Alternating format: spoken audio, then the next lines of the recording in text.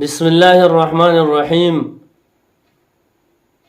إن الحكم إلا لله. وقال النبي صلى الله عليه وسلم: لعن الله المتشبهين من الرجال بالنساء ولعن الله المتشبهات من النساء بالرجال. پاکستان کا مطلب کیا؟ لا الہ الا اللہ. خوږو عزتمندو، نن په سوشل میډیا باندې نن سبا د یو خبرې ډېره زیاته چرچا روانه ده، او هغه دا ده چې حکومت یو بیل منظور کړی دی، ټرانسجنډر بیل، او په سوشل میډیا باندې خلکو په دې باندې ډېرې زیاتې خبرې وکړې. موږ هم چا تپوسونه وکړل د دې حوالې سره، زموږ خپل تحقیق نه و، بیا موږ معلومات وکړل. موږ دې نتیجې ته ورسېدو چې د دې لفظي معنا خو معلومه ده هر چا ته، د ټرانسفر نه دی، یعنی تبدیلول، بدلول، او جینډر معنا جنسیت دی. نو معنا دا شوه چې خپل جنسیت تبدیلول. بیا خلک چې کوم دی د دې مختلفې معنی کوي. څوک وایي چې کوم دی دا د مثلا د خواجه سراو د دې اجراګانو متعلق دی، څوک څه وایي څوک څه وایي. بعضې خلک پکې موږ دا هم اورېدل چې وایه دا د پاکستان پسې ټوکې کول دي، دا د پاکستان بدنامي کول دي، چې څوک لګیا وي او د ټرانسجنډر بیل متعلق خبرې کوي، دا د پاکستان بدنامي ده. نو پاکستان چې کوم دی زموږ اسلامي ملک دی، او الحمدلله پاکستان باندې موږ ټولو له فخر دی. الله رب العزت ډېر ښکلی ځای د پناه موږ چې کوم موږ له راکړی دی. پاکستان سره چې څوک محبت کوي د هغه ایمان مضبوط دی. او بهرحال دا خبره چې څوک کوي نو دا په غلطه باندې دی. که چرې دا بیل به پاکستان کې پاس شي نو دا د پاکستان دپاره انتهایی، بلکې پاس خو دی نو پاتې به کیسې دي، نو دا د پاکستان دپاره انتهایی چې کوم دی د افسوس او یو سیاه تاریخ به چې کوم دی د پاکستان دپاره جوړ شي.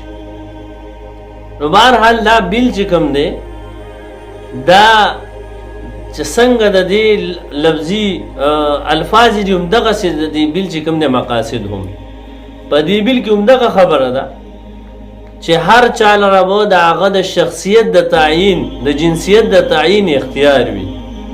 شق نمبر 2 شق نمبر 3 کې دا خبره لیکلې ده، او دا ما ځان سره هم لیکلې دي. کسی بھی شخص کے جنس کا تعین اس کی مرضی کے مطابق ہوگا اور اس کو دستاویزات بھی بغیر تحقیق کے جاری کیے جائیں.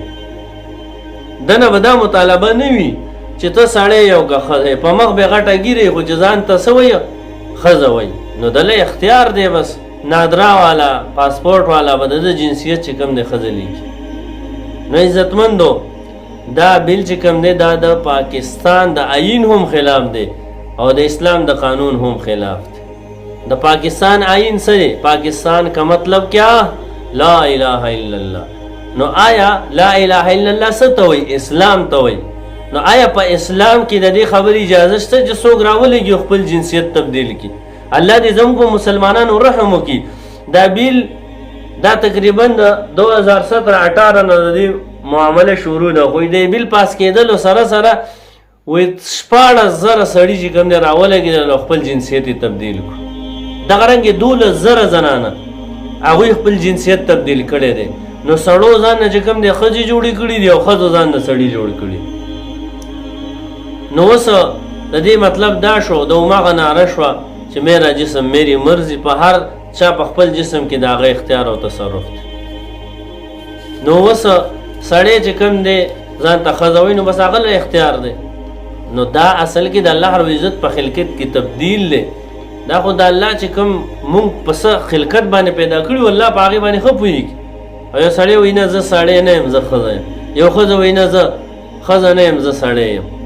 نو دا چې کوم دی تشبه د رجال بالنساء هم دی، او دا چې کوم دی د الله هغه خلقت تبدیلول دي.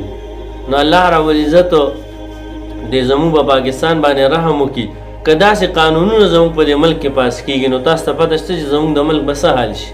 موجوده حالات د ملک ته تاسو وګورئ چې زموږ ملک څومره په ډاون باندې او په ښکته باندې روان دی. زمونږ د ملک اکانمي ته وګوره، زمونږ د ملک هغه ذریعه د معاش ته وګوره، زمونږ د ملک کرنسۍ ته وګوره په کم حال باندې روان. زمونږ ملک هغه په ښکته باندې روان او لا پکې سیلابونه بیل راشي، د الله عذابونه بیل راشي. نو دا کم عذابونه چې تیر شو په لوتیانو باندې الله رب عزت د کاڼو باران کړو، نو دا خو څه بعیده نه ده چې الله رب عزت زمونږ په دې قوم باندې څه بل څه عذاب راولي، سیلابونه پرې راولي، یا دې نه علاوه چې کوم دی د اور باران پرې وکړي. نو دې د وجې نه زمونږ حکومت د وخت نه هم دا اپیل دی او زمونږ لوی لوی علما شته دي، جید علما شته دي، د هغوی نه هم زمونږ دا اپیل دی چې دا بیل ښه مطالعه کړي او دا بیل بالکل د اسلام نه خلاف دی او د دې تردید وکړي، او که تردید نه وي نو په دې کې د اسلامي حقوق داخل کړي او د غیر اسلامي حقوق د دې نه وباسي. الله رب العزت دې موږ ټول را په دین اسلام باندې استقامت را نصیب کړي.